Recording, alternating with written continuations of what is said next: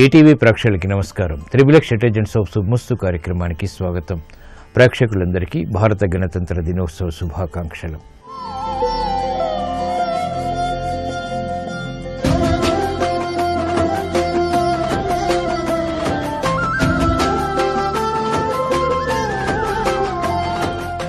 ఈనాటి శుభమస్తు కార్యక్రమంలోని గ్రహఫల మంచంలో గ్రహాల యొక్క స్థితిగతులు, వాటి యొక్క శుభాశుభ ఫలితాల గురించి పరిశీలిద్దాం. అలాగే రోజు 12 రాశుల వారికి ఏ సంఖ్యలు కలిసి వస్తాయి, రంగుల యొక్క ప్రాధాన్యత, ఈరోజు ప్రత్యేకత మాస శివరాత్రి. ఈ సందర్భంగా శివుడి యొక్క ఆరాధన, స్మరణ, పూజాది కార్యక్రమాలు గ్రహ దోషాలను తొలగింపచేస్తాయి. మరి 12 రాశుల వారు ఈశ్వరుణ్ణి ఎటువంటి ప్రక్రియలతో పూజించాలో పరిశీలిద్దాం. ఉద్యోగ సంబంధిత విజయాలు సాధించడానికి, స్థిరమైనటువంటి ఆదాయాన్ని పెంపొందింప చేసుకోవటానికి ఎటువంటి ప్రక్రియలు పాటించాలో అదృష్టం, ఐశ్వర్యం అనేటువంటి శీర్షికలో తెలుసుకుందాం. అలాగే ముఖ్యంగా 12 రాశుల వారు ఈరోజు చేపట్టవలసినటువంటి కార్యక్రమాలు ఏమిటో కూడా పరిశీలిద్దాం. ముందుగా నేటి పంచాంగ వివరాలు. శ్రీ దుర్ముఖినామ సంవత్సరం పుష్యమాసం, ఉత్తరాయణం, హేమంత ఋతువు.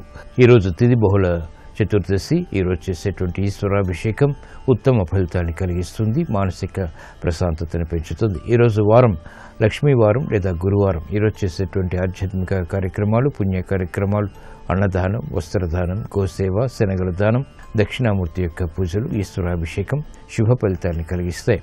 బృహస్పతి ద్వారా ఏర్పడినటువంటి ప్రతికూలత తొలగుతుంది. ఈరోజు నక్షత్రం పూర్వాషాఢ నక్షత్రం. ఈ నక్షత్రంలో ఈరోజు పుట్టేటువంటి వారికి సామాన్య శాంతి తప్పనిసరి. అలాగే ఈరోజు పూర్వాషాఢ నక్షత్రంలో పుట్టేటువంటి వారికి శుక్ర మహాదశతోటి ప్రారంభమవుతుంది.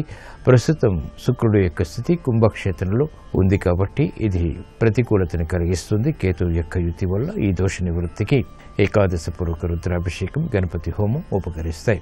ఈరోజు మరో ప్రత్యేకత, శని యొక్క సంచారం ధనుస్సు రాశిలోకి ఉదయం 7:43 ఇది ముఖ్యంగా కుంభరాశి వారికి బాగా ఉపకరిస్తుంది.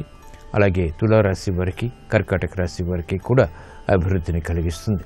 ఈరోజు గురువారం లేదా లక్ష్మీవారం. శ్రీ షిర్డీ సాయిబాబాకి చాలా ప్రీతికరమైనటువంటి రోజు. షిర్డీ సాయిబాబా యొక్క స్మరణ, ఆరాధన ఉత్తమ ఫలితాన్ని కలిగిస్తుంది. ఇప్పుడు శుభమస్తు వీక్షిస్తున్నటువంటి ప్రేక్షకులందరికీ శ్రీ షిర్డీ సాయిబాబా అనుగ్రహం కలగాలని ప్రార్థిద్దాం.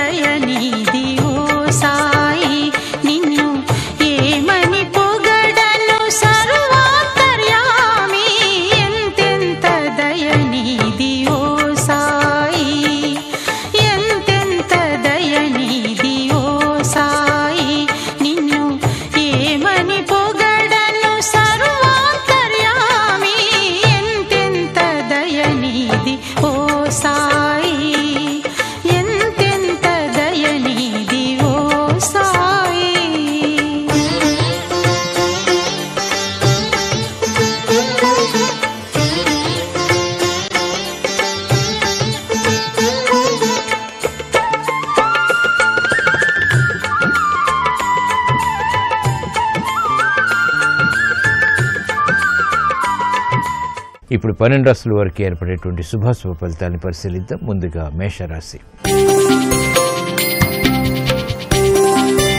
ఈరోజు మేషరాశి వారిని పరిశీలించినట్లయితే క్రమశిక్షణతో కూడినటువంటి కార్యక్రమాలు, తద్వారా విజయాలు చేతికి అందుతాయి. ఆలోచన విధానంలో ఏర్పడినటువంటి పొరపాట్లు సవరించుకోగలుగుతారు. ఆధ్యాత్మిక కార్యక్రమాల ద్వారా సంతృప్తికర సంఘటనలు కలిసి వస్తాయి. నూతన కార్యక్రమాలు గృహరీత్యా ప్రారంభించగలుగుతారు. సందిగ్ధ పరిస్థితులకు పరిష్కారాలు లభిస్తాయి. కార్యక్రమ నిర్వహణలో నైపుణ్యం పెరుగుతుంది. శ్రమ అధికమవుతుంది. అయినప్పటికీ ఆర్థిక విజయాలు కూడా వెనంటి ఉంటాయి. కార్యక్రమాలను వేగవంతంగా చేపట్టేటువంటి ప్రక్రియలు పారిశ్రామిక రంగం వారికి ఉపకరిస్తాయి. వ్యాపార రంగం వారికి అభివృద్ధి గోచరిస్తుంది. క్రమశిక్షణ విద్యార్థులకి లాభిస్తుంది. నూతన కార్యక్రమాలు మహిళలకు గృహరీత్యా ఆనందాన్ని పెంచుతాయి. ఈ రోజు మీ అదృష్ట సంఖ్య 3, పసుపు వర్ణం త్వరితగతిని శుభాన్ని కలిగిస్తుంది. మాస శివరాత్రి సందర్భంగా ఈ రోజు మేషరాశి వారు ఈశ్వరుణ్ణి బిల్వదళాలతో భక్తి శ్రద్ధలతో పూజించడం ద్వారా ఆర్థిక విజయాలు దగ్గరవుతాయి. గ్రహ ప్రతికూలత కనుమరుగవుతుంది. వాహన నిర్ణయాలు ఈరోజు మీకు అనుకూలం. ఈరోజు వృషభ రాశి వారిని పరిశీలించినట్లయితే ఆనందకర వాతావరణం గృహరీత్యా ఉంటుంది. చేపట్టేటువంటి కార్యక్రమాలు ప్రోత్సాహాన్ని కలిగిస్తాయి. అభివృద్ధి కార్యక్రమాల్లో పాలు పంచుకోగలుగుతారు. స్థిరాస్తి విషయాలు అనుకూలిస్తే ఆరోగ్య విషయంలో ప్రతికూలత తగ్గుతుంది. చేపట్టేటువంటి కార్యక్రమాలపై పట్టు బిగించగలుగుతారు. శ్రమ ఏర్పడినప్పటికీ ఆనందకర వాతావరణం వెన్నట్టు ఉంటుంది. కార్యక్రమాలు గృహపరంగా కూడా వేగవంతంగా చేపట్టగలుగుతారు. పిల్లల అభివృద్ధి ఆనందాన్ని కలిగిస్తుంది. అభివృద్ధి కార్యక్రమాలు పారిశ్రామిక రంగం వారికి లాభిస్తాయి. ఆర్థిక పుష్టి వ్యాపార రంగం వారికి చేకూరుతుంది. శ్రమతో కూడినటువంటి విజయాలు క్రీడారంగం వారికి లాభిస్తాయి. సాఫ్ట్వేర్ రంగం వారు ఆచితూచి నిర్ణయాలు తీసుకోవాలి. క్రమశిక్షణతో కూడినటువంటి కార్యక్రమాలు మాత్రమే వ్యవసాయ రంగం వారికి లాభిస్తాయి. ఈ రోజు మీ అదృష్ట సంఖ్య 5. ఆకుపచ్చ వర్ణం రక్షణకి దోహదపడుతుంది. మాస శివరాత్రి సందర్భంగా ఈ రోజు వృషభ రాశి వారు శివుణ్ణి ఎర్రగన్నేరు పూలతో భక్తి శ్రద్ధలతో పూజించడం ద్వారా మానసిక ధైర్యం పెరుగుతుంది. తద్వారా విజయాలు చేకూరుతాయి. విద్యా ప్రయత్నాలు ఈ రోజు మీకు అనుకూలం. ఈ రోజు మిథున రాశి వారిని పరిశీలించినట్లయితే సంబంధ బాంధవ్యాల విషయంలో జాగ్రత్తలు వహించాలి. వ్యాపారపరమైనటువంటి నిర్ణయాలు ఉపకరిస్తాయి. ప్రయాణాల విషయంలో కూడా జాగ్రత్తలు పాటించాలి. రాజకీయ ఒత్తిళ్లు రాజకీయ రంగం వారికి బాగా పెరుగుతాయి. అభివృద్ధి కార్యక్రమాల్లో పారిశ్రామిక రంగం వారికి చిరు సమస్యలు తారసపడతాయి. వ్యాపార రంగం వారు ఆర్థిక క్రమశిక్షణ కోల్పోయేటువంటి పరిస్థితుల్ని పొందుతారు. కాబట్టి జాగ్రత్తలు వహించాలి. ఆర్థిక సంబంధిత లావాదేవీల విషయంలో స్థిరాస్తి రంగం వారు కూడా జాగ్రత్తలు వహించాలి. ఆశాజనకమైనటువంటి వాతావరణం క్రీడా రంగం వారికి ఉన్నప్పటికీ అనుభవంలో ఆశించినటువంటి ప్రయోజనాన్ని వెంటనే పొందలేకపోతారు. క్రమశిక్షణ సాఫ్ట్వేర్ రంగం వారికి తప్పనిసరి. ఆర్థిక వ్యవహారాల్లో వ్యవసాయ రంగం వారు జాగ్రత్తలు వహించాలి. ఈ రోజు మీ అదృష్ట సంఖ్య 1. ఎరుపు వర్ణం ధైర్యాన్ని కలిగిస్తుంది. మాస శివరాత్రి సందర్భంగా ఈ రోజు మిథున రాశి వారు ఈశ్వరుణ్ణి చామంతులతో భక్తి శ్రద్ధలతో పూజించడం ద్వారా వేగవంతమైన అనుకూల మార్పులు గృహపరంగా పొందగలుగుతారు. ఆరోగ్య పరీక్షలు ఈరోజు మీకు మేలును కలిగిస్తాయి. ఈరోజు కర్కాటక రాశి వారిని పరిశీలించినట్లయితే మానసిక వేదనలు తగ్గుతాయి. చేపట్టేటువంటి కార్యక్రమాలపై అవగాహన పెరుగుతుంది. ప్రశాంతతగా చేపట్టేటువంటి కార్యక్రమాల్లో విజయాలు సాధించగలుగుతారు. వేధిస్తున్నటువంటి సమస్యలకు పరిష్కారాలు క్రమక్రమంగా పొందగలుగుతారు. కోర్టు సంబంధిత వ్యవహారాల్లో స్తబ్దత తొలగిపోతుంది. అభివృద్ధి కార్యక్రమాలపై మక్కువ పెరుగుతుంది. నూతన బాధ్యతల్ని వేగవంతంగా స్వీకరించగలుగుతారు. వ్యవహారాల్లో ఏర్పడినటువంటి ప్రతికూలత పారిశ్రామిక రంగం వారికి తగ్గుతుంది. ఆశాజనకమైనటువంటి వాతావరణం వ్యాపార రంగం వారికి ఏర్పడుతుంది. విద్యార్థులకి ప్రోత్సాహం పెరుగుతుంది. మహిళలకు అభివృద్ధి గోచరిస్తుంది. మానసిక ఆందోళన తగ్గుతుంది. ఆరోగ్య ప్రతికూలత కూడా తగ్గుతుంది. ఈ రోజు మీ అదృష్ట సంఖ్య 9. ఎరుపు వర్ణం ధైర్యాన్ని కలిగిస్తుంది. మాస శివరాత్రి సందర్భంగా ఈ రోజు కర్కాటక రాశి వారు ఈశ్వరుణ్ణి శ్రీగంధంతో భక్తి శ్రద్ధలతో అభిషేకించడం ద్వారా శత్రుభీతి పోతుంది. కోర్టు సంబంధిత వ్యవహారాల్లో విజయాలు సాధించగలుగుతారు. రాజకీయ నిర్ణయాలు ఈ రోజు మీకు లాభదాయకం. ఈ రోజు సింహరాశి వారిని పరిశీలించినట్లయితే కార్యక్రమాల్ని వేగవంతంగా పూర్తి చేయగలుగుతారు. ఆర్థిక అసహన పరిస్థితులు దూరమవుతాయి. నూతన వస్తు కొనుగోలు వంటివి ఆనందాన్ని పెంచుతాయి. గృహ సంబంధిత కార్యక్రమాల్లో ప్రశాంతత కొనసాగుతుంది. ఆర్థిక వ్యవహారాలు లాభిస్తాయి. అభివృద్ధి కార్యక్రమాల్లో ఏర్పడినటువంటి అనుకూలత పారిశ్రామిక రంగం వారికి ఆనందాన్ని పెంచుతుంది. నూతన ఒప్పందాలు వ్యాపార రంగం వారికి కలిసి వస్తాయి. విద్యార్థులకి క్రమశిక్షణ పెరుగుతుంది. విదేశీ సంబంధిత విద్యా ప్రయత్నాలు వంటివి లాభిస్తాయి. క్రమశిక్షణతో కూడినటువంటి కార్యక్రమాలు మహిళలకు ఉన్నతిని పెంచుతాయి. ఆర్థిక ఆందోళన తగ్గుతుంది. కార్యక్రమాన్ని వేగవంతంగా స్థిరాస్తి రంగం వారు ప్రారంభించగలుగుతారు. ఈ రోజు మీ అదృష్ట సంఖ్య 2. తెలుపు వర్ణం ప్రశాంతతను పెంచుతుంది. మాస శివరాత్రి సందర్భంగా ఈ రోజు సింహరాశి వారు ఈశ్వరుణ్ణి గులాబీలతో భక్తి శ్రద్ధలతో పూజించడం ద్వారా ఆగిపోయినటువంటి కార్యక్రమాల్లో ఉన్నతి లభిస్తుంది. పునఃప్రయత్నాల ద్వారా విజయాలు సాధించగలుగుతారు. ఆర్థిక లావాదేవీలు సంభాషణలు ప్రక్రియలు ఈ రోజు మీకు అనుకూలం. ఈ రోజు కన్యారాశి వారిని పరిశీలించినట్లయితే కార్యక్రమాలను వేగవంతంగా పూర్తి చేయగలుగుతారు. చిరాకు పరిస్థితులు గృహపరంగా ఉన్నప్పటికీ నెట్టుకు రాగలుగుతారు. వాహన విషయాల్లో జాగ్రత్తలు పాటించాలి. మానసిక ఆందోళన పెరుగుతుంది. ధైర్యంతో కూడినటువంటి కార్యక్రమాలను వేగవంతంగా చేపట్టలేకపోతారు. అభివృద్ధి కార్యక్రమాల్లో పారిశ్రామిక రంగం వారికి ఆటంకాలు ఏర్పడతాయి. వ్యాపార రంగం వారికి ఆర్థిక సంబంధిత వ్యవహారాల్లో ఆచితూచి వ్యవహరించాల్సినటువంటి ఆవశ్యకత ఉంటుంది. సహనం విద్యార్థులకి తప్పనిసరి. అభివృద్ధి కార్యక్రమాల్లో మహిళలకు ఆటంకాలు ఏర్పడినప్పటికీ అంతిమ విజయాలు సాధించగలుగుతారు. సాఫ్ట్వేర్ రంగం వారికి క్రమశిక్షణ లోపిస్తుంది. నూతన సమస్యలు వెలుగులోకి వస్తాయి. అభివృద్ధి కార్యక్రమాల్లో న్యాయవాద వృత్తి వారికి ప్రతిబంధకాలని ఎదుర్కోవాల్సినటువంటి సంఘటనలు చోటు చేసుకుంటే ఈ రోజు మీ అదృష్ట సంఖ్య 8 నీలపు వర్ణం మేలుని కలిగిస్తుంది. మాస శివరాత్రి సందర్భంగా ఈ రోజు కన్యా రాశి వారు ఈశ్వరుణ్ణి బిల్వదళాలతో భక్తి శ్రద్ధలతో పూజించడం ద్వారా వేగవంతమైన అనుకూల మార్పులు ఆర్థికంగా గృహపరంగా పొందగలుగుతారు. ఆరోగ్య పరీక్షలు ఈ రోజు మీకు మేలుని కలిగిస్తాయి. ఈ రోజు తులారాశి వారిని పరిశీలించినట్లయితే సమస్యలకు పరిష్కారాలు పొందగలుగుతారు. ఆత్మవిశ్వాసం పెరుగుతుంది. మానసిక ధైర్యం కూడా పెరుగుతుంది. అభివృద్ధి కార్యక్రమాల్లో గతంలో ఆగిపోయినటువంటి పనుల్ని తిరిగి ప్రారంభించగలుగుతారు. ఆదాయాన్ని పెంపొందింప చేసుకునేటువంటి మార్గాలు సులభతరమవుతాయి. బంధుప్రీతి పెరుగుతుంది. శత్రువులు మిత్రులవుతారు. కార్యక్రమ నిర్వహణలో నైపుణ్యం పారిశ్రామిక రంగం వారికి పెరుగుతుంది. ఆర్థిక సహాయ సహకారాలు వ్యాపార రంగం వారికి లభిస్తాయి. ఆగిపోయినటువంటి కార్యక్రమాల్ని వ్యవసాయ రంగం వారు పూర్తి చేయగలుగుతారు. సందిగ్ధ పరిస్థితులు దూరం చేసుకునేటువంటి ప్రక్రియలు మహిళలకు ఉపకరిస్తాయి. ఆత్మవిశ్వాసం విద్యార్థులకి పెరుగుతుంది. కార్యక్రమ నిర్వహణలో నైపుణ్యం క్రీడారంగం వారికి ఏర్పడుతుంది. ఈ రోజు మీ అదృష్ట సంఖ్య 6 తెలుపు వర్ణం ప్రశాంతతను పెంచుతుంది. మాస శివరాత్రి సందర్భంగా ఈ రోజు తులారాశి వారు ఈశ్వరుణ్ణి చామంతులతో భక్తి శ్రద్ధలతో పూజించడం ద్వారా మానసిక ధైర్యం పెరుగుతుంది. తద్వారా విజయాలు చేతికి అందుతాయి. విదేశీ లావాదేవీలు సంభాషణలు ప్రక్రియలు ఈ రోజు మీకు లాభదాయకం. ఈ రోజు వృశ్చిక రాశి వారిని పరిశీలించినట్లయితే ఆర్థిక వ్యవహారాల్లో జాగ్రత్తలు పాటించాలి. ధైర్యంతో కార్యక్రమాలు చేపట్టినప్పటికీ అంతిమ విజయాల విషయంలో అపశృతులు దొరుకుతాయి. కార్యక్రమాల నిర్వహణలో నైపుణ్యం లోపిస్తుంది. బాధ్యతతో కూడినటువంటి కార్యక్రమాలు తద్వారా ఆశించినటువంటి ప్రయోజనాలు ఆలస్యంగా పొందగలుగుతారు. గృహ సంబంధిత కార్యక్రమాల్లో ఆచితూచి వ్యవహరించాలి.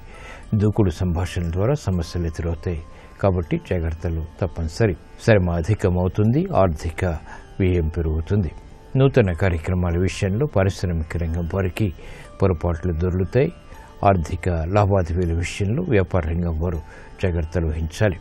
ఒత్తిళ్లు మహిళలకు పెరుగుతాయి. ఈ రోజు మీ అదృష్ట సంఖ్య 3 పసుపు వర్ణం త్వరితగతిని శుభాల్ని కలిగిస్తుంది. మాస శివరాత్రి సందర్భంగా ఈ రోజు వృశ్చిక రాశి వారు ఈశ్వరుణ్ణి బిల్వదళాలతో భక్తి శ్రద్ధలతో పూజించడం ద్వారా శని ద్వారా ఏర్పడేటువంటి ప్రతికూలత కనుమరుగవుతుంది. శ్రమ తగ్గుతుంది. విజయాలు సాధించగలుగుతారు. గృహ కార్యాలు కార్యక్రమాలు ఈ రోజు మీకు అనుకూలం. ఈ రోజు ధనుస్సు రాశి వారిని పరిశీలించినట్లయితే శ్రమ అధికమవుతుంది. ఆరోగ్య ఖర్చులు పెరుగుతాయి.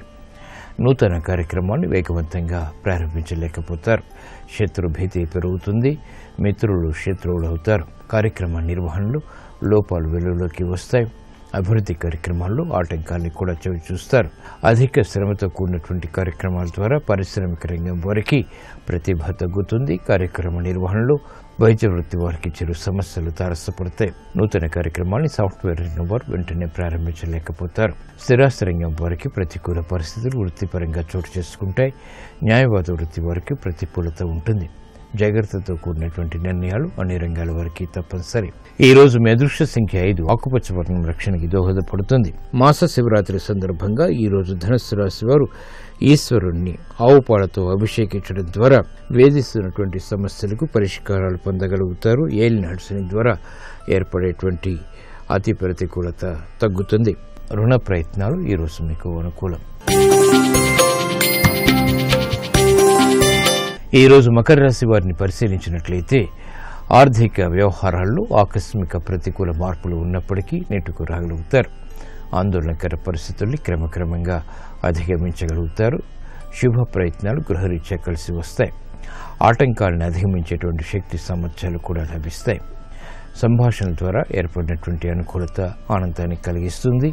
ప్రతిబంధకాలను తొలగించేటువంటి ప్రయత్నాలు కూడా ఉపకరిస్తాయి. స్థిరాస్తి రంగం వారికి అనుకూల పరిస్థితులు ఏర్పడతాయి. ఆకస్మిక విజయాలు లేకపోలేదు.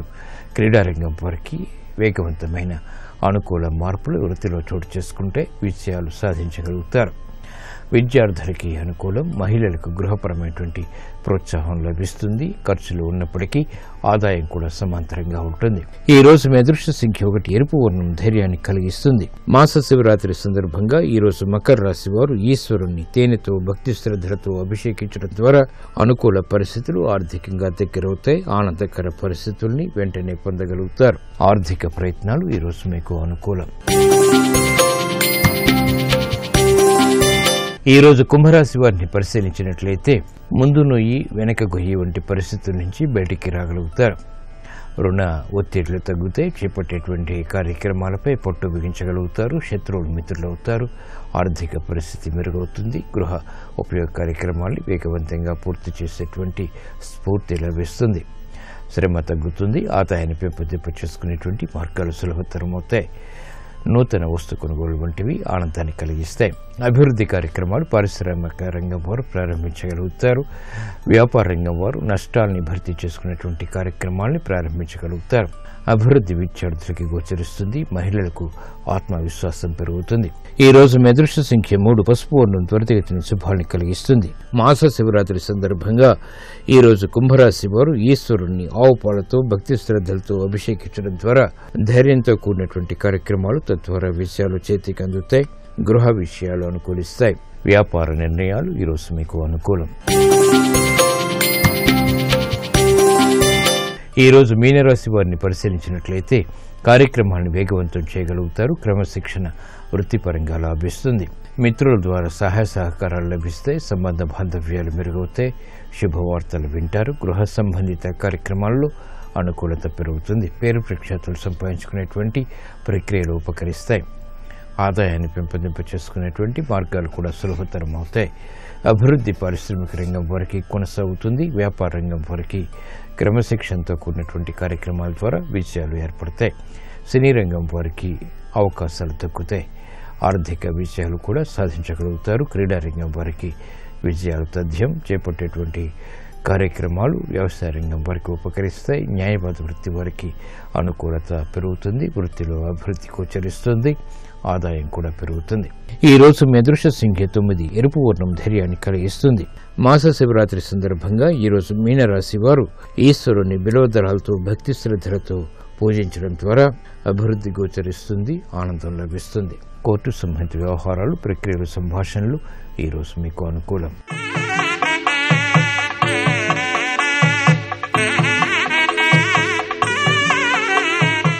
ఉద్యోగ విషయాల్లో స్థిరమైనటువంటి అభివృద్ధి సాధించడానికి ఎటువంటి ప్రక్రియలు పాటించాలో అదృష్టం ఐశ్వర్యం అనేటువంటి శీర్షికలో పరిశీలిద్దాం. ప్రతి మంగళవారం శ్రీ ఆంజనేయ స్వామిని భక్తి శ్రద్ధలతో ఆరాధించడం, సింధూరం, అరటిపళ్ళు, తామరపాకులతో కూడినటువంటి పూజాది కార్యక్రమాలు నిర్వహించడం ద్వారా ఉద్యోగ విజయాలు స్థిరమవుతాయి. చేపట్టేటువంటి కార్యక్రమాలు కార్యసిద్ధిని కలిగిస్తాయి.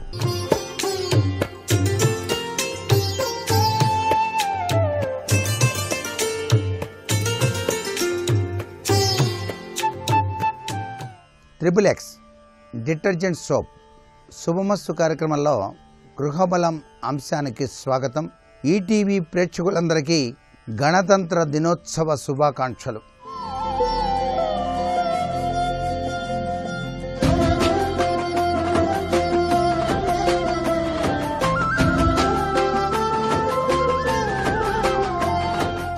సహజసిద్ధంగా ప్రతి వ్యక్తి కూడాను చక్కటి గృహం కట్టుకోవాలి అనేటువంటి ఆశయాలు కోరిక ఉంటాయి.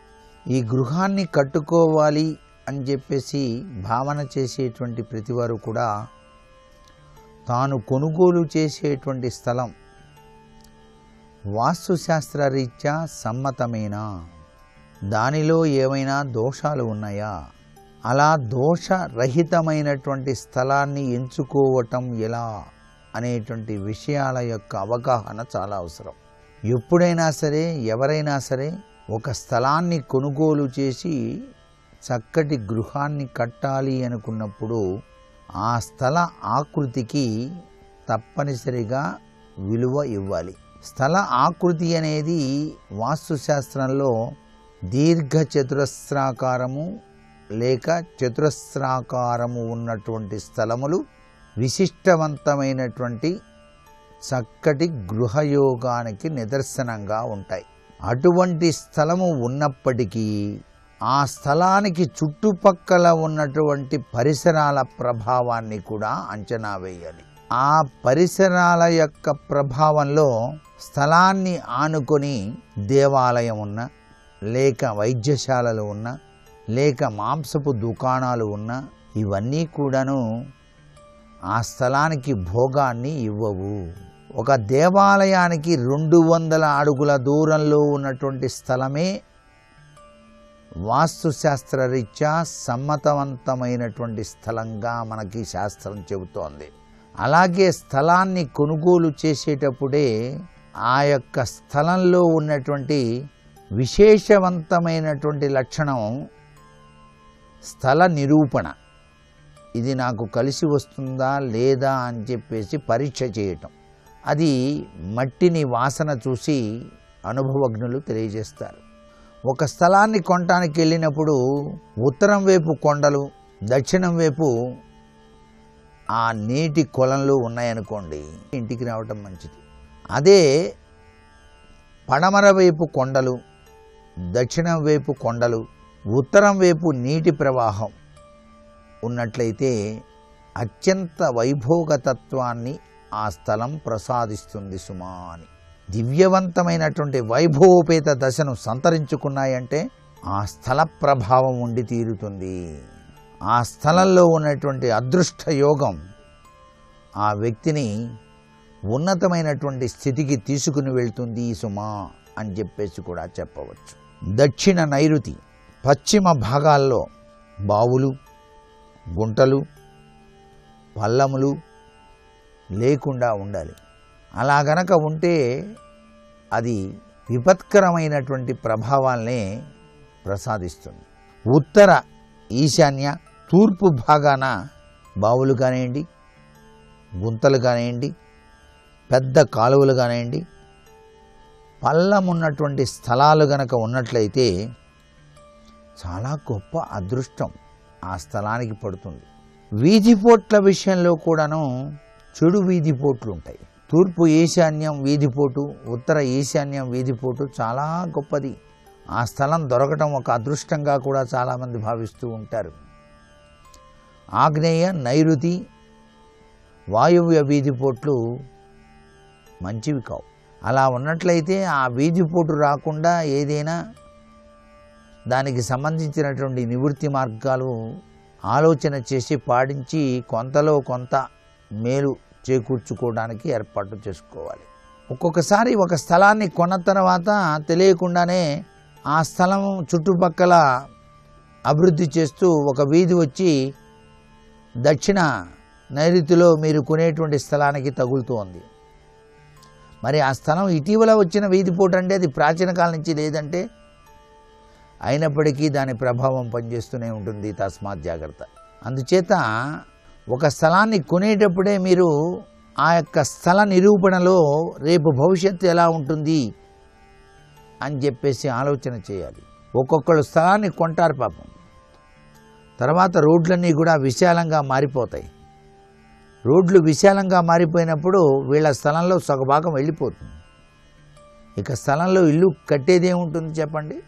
ముందుగానే ఊహించుకోవాలి ఆ పరిస్థితులు, నైసర్గిక పరిస్థితులు, ప్రభావం, ఇక్కడ ఉండేటువంటి విధి విధానం, రాబోయేటువంటి అభివృద్ధి కార్యక్రమాలు, ఇవన్నీ అంచనా వేసుకొనే స్థలం తీసుకోండి తప్ప మెయిన్ రోడ్ అండి చాలా బాగుందండి తీసుకోవచ్చని చెప్పేసి తీసుకుంటే రేపొద్దున రోడ్డు వైడెన్ చేసినప్పుడు ఈ స్థలం ఉండదు, మళ్ళీ చాలా ఇబ్బంది పడాల్సి వస్తుంది కదా. ఇవన్నీ కూడా ఆలోచించాల్సిందే వాస్తుశాస్త్రరీత్యా.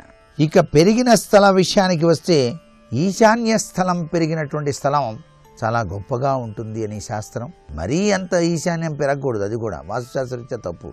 ఈశాన్యం కొద్దిగా పెరిగిందా లేదా, అక్కడ నీరు పడుతుందా లేదా, ఒక్కొక్క స్థలాన్ని కొనుక్కున్నప్పుడు అసలు సిసలైనటువంటి ముఖ్య విషయం ఏంటంటే ఆ స్థలంలో బోరింగ్ వేస్తే నీళ్లు పడతాయా లేదా గుర్తుపెట్టుకోవాలి.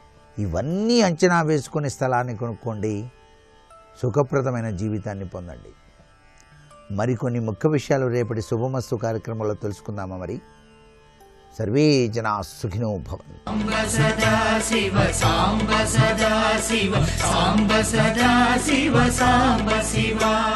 పంచభూతలింగములలో అత్యంత ప్రధానమైనటువంటి లింగం శ్రీకాళహస్తిలో ఉన్నటువంటి వాయులింగం.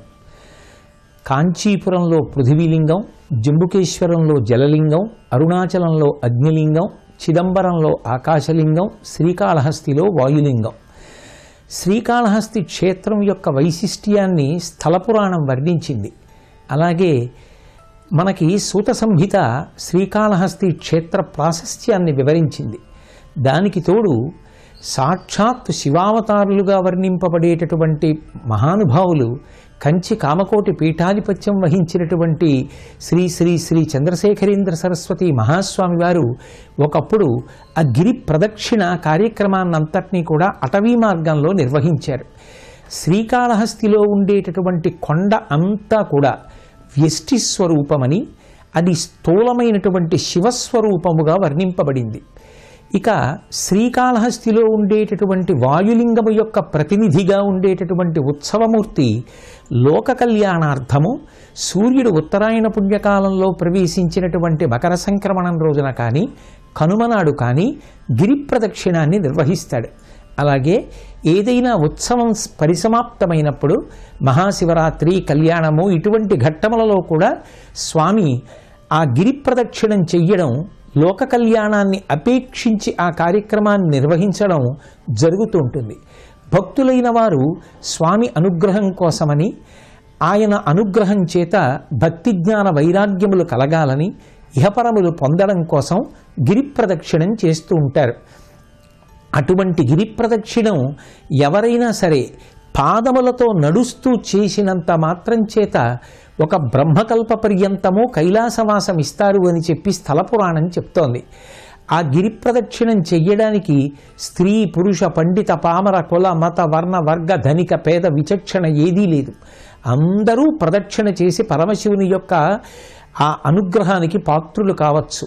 అంత గొప్పదైనటువంటి గిరి ప్రదక్షిణం పంచభూతలింగాలలో ఒకటైనటువంటి శ్రీకాళహస్తి క్షేత్రంలో ఉన్న కారణం చేత ఆ గిరి ప్రదక్షిణాన్ని నిర్వహించాలని, ఆ ప్రదక్షిణ చేసి ఆయన అనుగ్రహానికి పాత్రులం కావాలని అందరం బయలుదేరి చక్కగా ఆ గిరి ప్రదక్షిణ కార్యక్రమాన్ని నిర్వహించడం జరిగింది. అత్యద్భుతమైనటువంటి రీతిలో కొన్ని వేల మంది శంఖనాదం చేస్తూ, తప్పెటలు మోగిస్తూ, తాళాలు మోగిస్తూ, భజనలు చేస్తూ, భక్తిపాటలు పాడుతూ, నృత్యం చేస్తూ, వాద్యఘోష్ఠి చేస్తూ, భగవంతుని యొక్క నామాన్ని ఉచ్చైస్వరంతో పలుకుతూ ఈ గిరి ప్రదక్షిణ కార్యక్రమాన్ని నిర్వహించడం జరిగింది. ఈ గిరి ప్రదక్షిణం కోసమని శ్రీకాళహస్తి దేవస్థానం భక్తుల సౌకర్యార్థం ఎక్కువ దూరం లేకుండా ఉండడం కోసం ప్రత్యేకంగా ఒక రహదారిని కూడా ఇప్పుడు నిర్మాణం చేయడం జరిగింది. మేము ఆ కొత్త రహదారి మీదనే గిరి ప్రదక్షిణం చేయడం జరిగింది. భక్తులందరూ కూడా వాళ్ళ ప్రేమకి, వాళ్ళ గౌరవానికి, వాళ్ళ మార్గదర్శనానికి, వాళ్ళు ఇచ్చినటువంటి సంపూర్ణమైన సహకారానికి ఎంత సంతోషాన్నో పొందారు.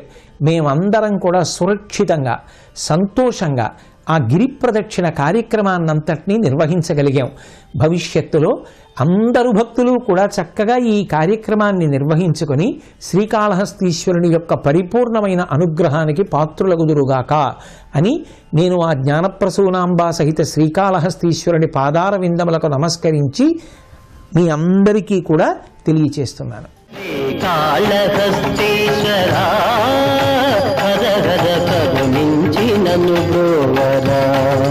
దేవర కైవల్య పదనీయదా శ్రీకాళహస్తీశ్వరా హర హర కరుణించి నన్ను బ్రోవరా దేవర కైవల్య పదనీయదా.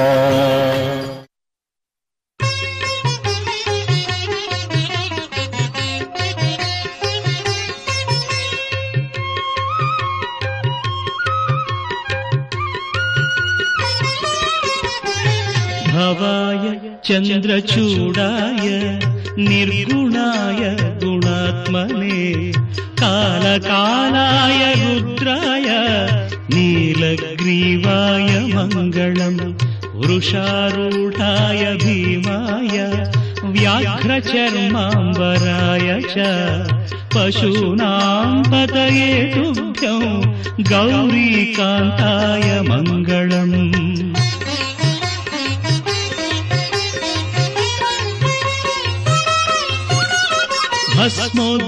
भस्मोद्धूलितदेहाय व्याळयज्ञोपवीतिने रुद्राक्षमालाभूषाय व्योमकेशाय मङ्गलम्।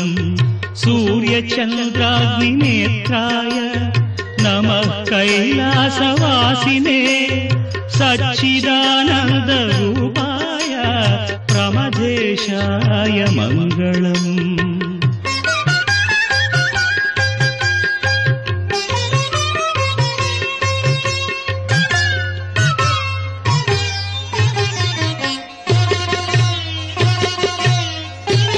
मृत्युञ्जयाय साम्बाय सृष्टिस्थित्यन्तकारिणे त्र्यम्बकाय शान्ताय त्रिलोकेशाय मङ्गलम्।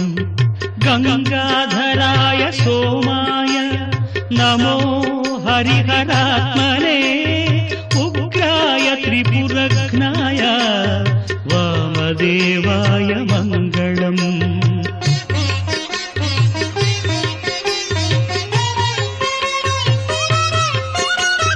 सद्योजाताय शर्वाय भव्यज्ञानप्रदायिने ईशानाय नमस्तुभ्यं पञ्चवक्त्राय मङ्गलम्। सदाशिवस्वरूपाय नमस्तत्पुरुषाय च अघोराय च घोराय महादेवाय मङ्गलम्। श्रीचामुण्डा प्रेरितेन रचितं मङ्गलास्पदम् तस्याभीष्टप्रदं शम्भो यः पठे मङ्गलाष्टकम्। పంచభూత స్థలాలు కంచి, జంబుకేశ్వరము, స్మరణాదరుణాచలమైన అరుణాచల క్షేత్రము, ఆకాశ క్షేత్రమైన చిదంబరము, వాయుక్షేత్రమైన శ్రీకాళహస్తి. ఈ శ్రీకాళహస్తి క్షేత్రము భక్తికి ప్రధానమైన క్షేత్రము. మానవ జీవితంలో భక్తి అనేది ప్రధానం. సామాన్య మానవుడైనా మాన్య మానవుడుగా భక్తి చేత మనం ఆ గౌరవాన్ని, ఆ పుణ్యాన్ని సంపాదించుకోవచ్చు అనే విషయాన్ని లోకానికి చూపించిన క్షేత్రము శ్రీకాళహస్తి క్షేత్రము. భక్తులందరూ కూడా చాగండి కోటేశ్వరరావు గారి ఆధ్వర్యంలో ఈ ప్రదక్షిణ కార్యక్రమం అని ఏర్పాటు చేసుకున్నారు. ప్రదక్షిణం అనేది ఒక ఉపచారం. ఆ ప్రదక్షిణం చేసినప్పుడు, ఒక్కొక్క అడుగు పెట్టినప్పుడు మనం చేసిన, తెలిసి తెలియక చేసిన దోషాలన్నీ కూడా తగ్గుతాయి అని భగవత్పాదాచార్యులు చెప్తున్నారు. పదే పదే సర్వతమో నికృంతనం పదే పదే సర్వశుభప్రదాయకం ప్రదక్షిణం భక్తియుతేన చేతసా కరోమి మృత్యుంజయ రక్ష రక్ష మాం. పదే పదే సర్వతమో నికృంతనం. ఒక్కొక్క అడుగు పెట్టినప్పుడు మన తమస్సు, అహంకారము, అంధకారము, దోషాలు ఇవన్నీ పోతాయి. ఒక్కొక్క అడుగు పెట్టినప్పుడు మన జీవితంలో మంచిది, మంచి ఆలోచన, మంచి ఐశ్వర్యము, మంచి సంపద, మంచి విద్య, మంచి అభిప్రాయములు కలుగుతాయి అని భగవత్పాదాచార్యులు చెప్తున్నారు. ఆ ప్రదక్షిణ కార్యక్రమం అరుణాచలంలో విశేషంగా చేస్తారు. ఈ ప్రదక్షిణ కార్యక్రమం అనేది చేయటం అనేది ఉత్తమమైన విషయము. శివానంద లహరిలో మార్గావర్తిత పాదుకా పశుపతే రంగస్య కూర్చాయతే గండూషాంపురిషేచనం పురరిపోహో దివ్యాభిషేకాయతే కించిత్ భక్షిత మాంసశేష కబలం నవ్యోపహారాయతే భక్తి కిన్ నకరోతి అహో వనచరో భక్తావతంసాయతే అని కన్నప్ప భక్తుడు ఆయన చేసిన పూజల యొక్క మాహాత్మ్యము, ఏకాగ్రత, శ్రద్ధ, విశ్వాసం గురించి చెప్తున్నారు. ఇప్పుడు పరిహార స్థలం కింద కూడా బాగా ప్రచారానికి వచ్చింది శ్రీకాళహస్తి క్షేత్రము. ఈ విధంగా మనం సంసార జీవితంలో మనకు వచ్చిన ఇబ్బందుల నుంచి కూడా మనం బయటికి రావటానికి, ఈ రాహుగ్రస్తం నుంచి బయటికి రావటానికి ఆ శ్రీకాళహస్తి క్షేత్రంలో మనం పూజలు చేసుకుని ఇలాంటి కార్యక్రమాలు ప్రతి సంవత్సరం కూడా మంచి ఇలా సత్సంగంతో పాటు ఎలాగో ప్రదక్షిణం చేస్తారు. గోవర్ధన పరిక్రమ అని ఉత్తర దేశంలో సాష్టాంగం చేస్తూ చేస్తూ ప్రదక్షిణాలు చేస్తారు. అందుకని ప్రదక్షిణం అనేది పవిత్రమైన కార్యక్రమం. సత్సంగంతో ఇలా చేయటం అనేది పూర్వ సుకృతము. ఈ విధంగా మంచి కార్యక్రమాలన్నింటిలో అందరూ పాల్గొవాలి. హర హర నమః పార్వతీపతయే హర హర మహాదేవ. సాంబ సదా శివ సాంబ సదా శివ సాంబ సదా శివ సాంబ శివ.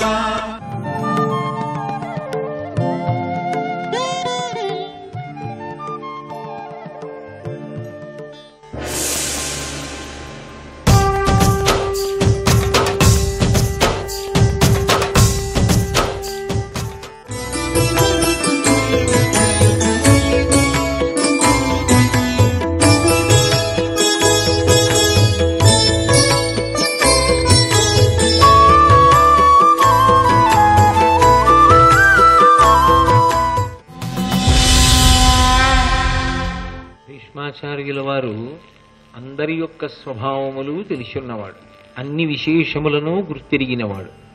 అందుచేతనే కౌరవులతో మాట్లాడేటప్పుడు పాండవుల యొక్క ధార్మికమైన నిష్ఠ గురించి తరచుగా ప్రస్తావన చేస్తూ ఉంటాడు. పాండవుల యొక్క శక్తి సామర్థ్యములు ఎటువంటివో, నిరంతరము ధర్మాన్ని అనుష్ఠానం చేసేటటువంటి ఆ పాండవుల్ని చెనకడం భౌతికమైనటువంటి సమర్థతతో సాధ్యం కాదు. ఎందుచేతన అంటే ధర్మం ఎక్కడుంటుందో అక్కడ భగవంతుని యొక్క అనుగ్రహం ఉంటుంది. భగవద్ అనుగ్రహం లేకుండా, ధార్మిక నిష్ఠ లేకుండా, ధర్మాచరణం లేకుండా పెరిగినట్టు కనపడేది గాలి ఊదిన బుడగలాంటిది. అది అలా పెరుగుతున్నట్లు కనపడుతుంది. కానీ ఆ పెరగడానికి కారణమైనటువంటి ఊదబడిన గాలి చివరికి ఆ బుడగ పేలిపోవడానికి కారణమైనట్టే ధర్మాన్ని విడిచిపెట్టి చేసినటువంటి ఏ కార్యక్రమమైనా అప్పటికి కొంత తృప్తికి కారణంగా అనిపించినా అదే చివరికి మనుష్యుని యొక్క పతనానికి కారణమవుతుంది. భీష్మాచార్యుని వారి సందేశం ఈ ప్రధానమైన సిద్ధాంతం చుట్టూ తిరుగుతూ ఉంటుంది. అందుకే ఆయన ఎప్పుడు కౌరవుల్ని ఉద్దేశించి మాట్లాడినా ఈ విషయాన్నే ప్రస్తావన చేస్తారు. పాండవులు ధర్మాత్ములు కనుక కృష్ణుడు పాండవ పక్షాన్ని వహించాడు. కృష్ణుడికి ప్రత్యేకమైన పక్షపాతం ఏం లేదు. ఎక్కడ ధర్మం ఉంటుందో అక్కడ ఆయనకి అనురక్తి ఉంటుంది. పాండవుల యొక్క ధర్మాచరణమే కృష్ణుని యొక్క ప్రీతికి కారణమైంది. కృష్ణుని యొక్క అనుగ్రహమే పాండవులు అన్ని ఆపదలను దాటడానికి కారణమవుతోంది, గెలవడానికి కారణమవుతోంది. విరాట పర్వంలో కూడా ఒక సందర్భంలో భీష్మాచార్యుల వారు ఇదే విషయాన్ని పునరుద్ఘాటిస్తాడు. పాండవుల యొక్క వైనం తెలియలేదు. అజ్ఞాతవాస కాలం పూర్తయిపోతోంది. వాళ్ళు అజ్ఞాతవాసం చేస్తుండగా పాండవుల యొక్క ఉనికి కానీ తెలుసుకోగలిగితే వాళ్ళ చేత మళ్ళీ 12 ఏళ్లు అరణ్యవాసం, 1 సంవత్సరం అజ్ఞాతవాసం చేయించి తేలికగా రాజ్యాన్ని అపహరించవచ్చు అనేటటువంటి దురాలోచన కలిగినటువంటి దుర్యోధనుడు అనేక మంది వేగుల్ని దేశం నలుమూలలకి పంపించి పాండవుల యొక్క జాడ కనిపెట్టడానికి విశ్వప్రయత్నం చేసినప్పటికీ కూడా వెళ్ళినటువంటి ఆ చారులు ఎవ్వరూ కూడా పాండవుల యొక్క ఉనికిని కనిపెట్టలేకపోయారు. తిరిగి వచ్చి వాళ్ళ విషయం చెప్పినప్పుడు దుర్యోధనుడు సభ తీర్చి ఒక ప్రశ్న వేశాడు. పాండవుల యొక్క జాడ తెలియలేదు, ఇక అజ్ఞాతవాస కాలం పరిసమాప్తమైపోయేటటువంటి సమయము దగ్గర పడిపోతోంది. కాబట్టి పాండవుల యొక్క ఉనికిని తెలుసుకోవడానికి ఏదైనా ఉపాయమును చెప్పగలరా అని అడిగాడు. అడిగితే వెంటనే కర్ణుడు లేచి ప్రతిదానికి మాట్లాడతాడు. ఆ మాట్లాడిన దాంట్లో సారం ఉండదు. పాండవులను పట్టుకోవడానికి ఒకటే ఉపాయం, కొన్ని వేల మంది వేగుల్ని మనం దేశంలో అన్ని మూలలకి పంపిస్తే ఎక్కడో అక్కడ దొరికిపోతారు అన్నాడు. వెంటనే దుశ్శాసనుడు లేచి చాలా కోపగించుకున్న ముఖం పెట్టుకుని అన్నాడు, అసలు వేగుల్ని పంపడం ఎందుకు, పాండవుల్ని వెతకడం ఎందుకు? 12 సంవత్సరముల అరణ్యవాసం, 1 సంవత్సరం అజ్ఞాతవాసం పూర్తి చేయడం అంటే అది అంత తేలికైన విషయమా? ఈ పాటికి పాండవులు దిక్కులేక తిరిగి తిరిగి ఎక్కడో మరణించి ఉంటారు. వాళ్ళ శరీరములు కూడా భూమిలో కలిసిపోయి ఉంటాయి. అక్కడ గడ్డి కూడా పెరిగిపోయి ఉంటుంది. ఇంకా ఇప్పుడు పాండవుల గురించి ఆలోచన ఏమిటి? పాండవుల్ని వెతకడం ఏమిటి? వాళ్ళ జాడ కనిపెట్టే ప్రయత్నం చెయ్యడం ఏమిటి? లభించిన రాజ్యాన్ని నిస్సంకోచంగా మనసులో ఏ విధమైన అరమరిక లేకుండా హాయిగా అనుభవించమన్నాడు. అంటే నేను ద్రోణాచార్యుల వారు లేచి అన్నాడు, మీరనుకున్నంత తేలిక మనుష్యులు కారు పాండవులు. అపారమైనటువంటి పరాక్రమం కలిగిన వారు, శౌర్యము కలిగిన వారు, తపశ్శక్తి కలిగిన వారు, విశేషించి ధర్మాచరణ కలిగిన వారు.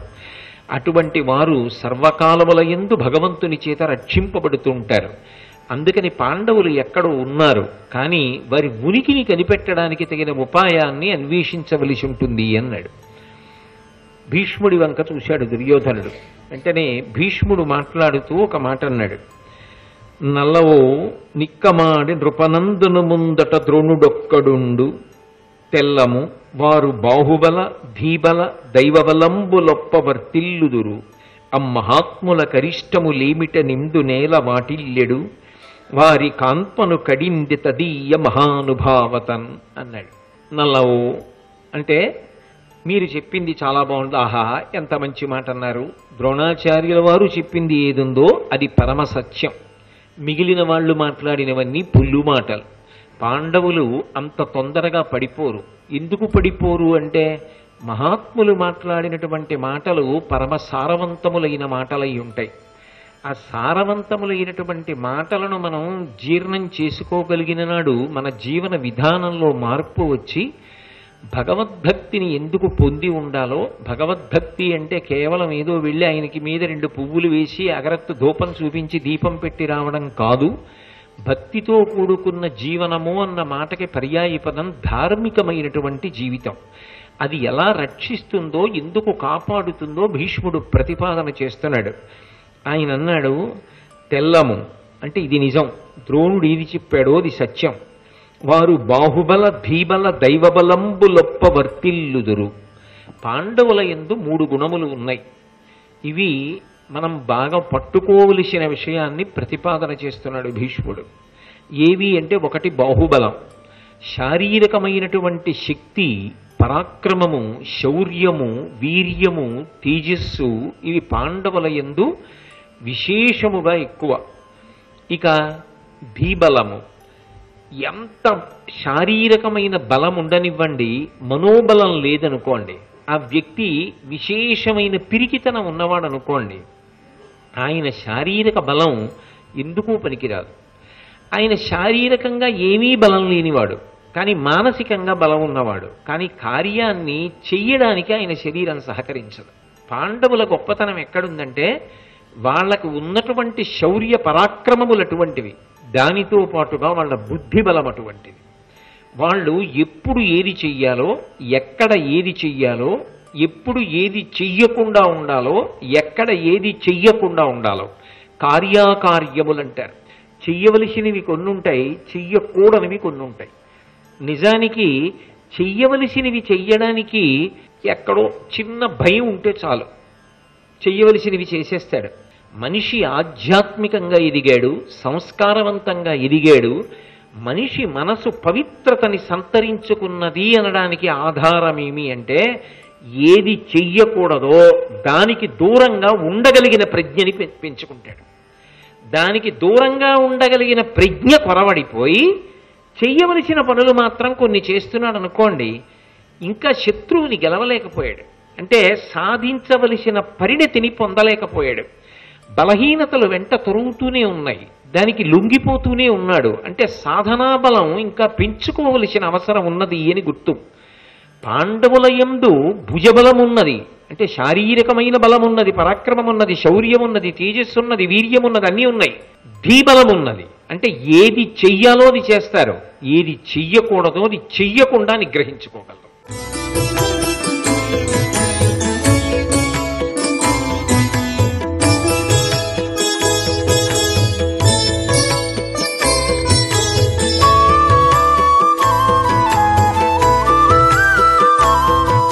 సర్వం శ్రీ ఉమామహేశ్వర పరబ్రహ్మార్పణమస్తు.